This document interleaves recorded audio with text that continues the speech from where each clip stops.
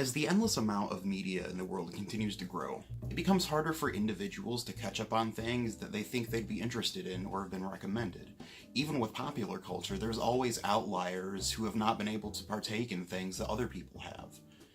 And this is where the idea of social osmosis comes from. Osmosis, in non-biological terms, refers to the absorption or accumulation of something over a period of time.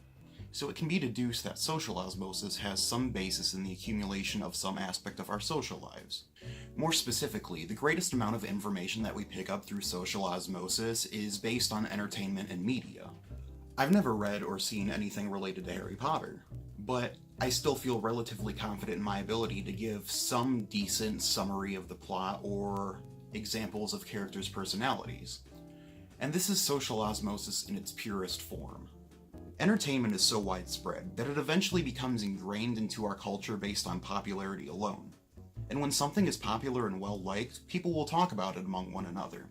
Even though I never experienced anything related to Harry Potter firsthand, growing up in high school and in the age of the internet, it became almost impossible to not run into somebody who had had prior experience with it.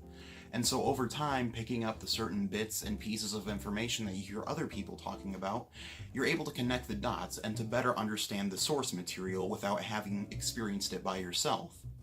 However, over time, information can become simplified and misconstrued. Think of the telephone game. You have a message being passed down from person to person before listening to the last person say what they think the initial phrase was, with the end result often being similar, but not exactly the same as the original quote. This is where social osmosis can have negative effects. Keeping the same pattern as the telephone game, incorrect quotes are often the most common form of misunderstanding when it comes to discussing popular media. By now, most of us are familiar with this concept, especially with those such as the famous line that was never spoken by Darth Vader in Episode 5. Luke, I am your father. No, I am your father. Even though these misunderstandings can harm the perception of a franchise at time, they can also help as well.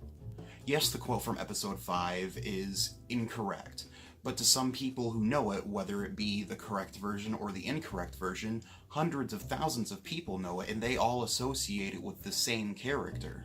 And this is why social osmosis can be seen as a family tree of sorts. It starts with a piece of media that is liked by an individual or group, who goes on to tell others about it. The second party then either retains the knowledge passed on to them and goes on with their day, or proceeds to partake in the media themselves. If the second party partakes in the media as well, they're more likely going to discuss it with other people, exposing others to it as well. The cycle repeats, with some parties breaking off and simply retaining the knowledge, while others continue the cycle. However, as the cycle continues, it can end up developing its own identity and culture as well. This is where we see the evolution of memes. Memes are usually references or aspects of culture that are continually referenced, parodied, or repeated that spread to people all across the cultural group. Some evolve through fans of a certain franchise or piece of media, while others can develop through a dislike towards certain things.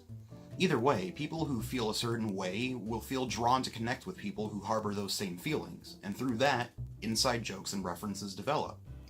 These jokes and references then get passed on from group to group, eventually becoming so well known that sometimes it's hard to disassociate a piece of media from a certain meme at times.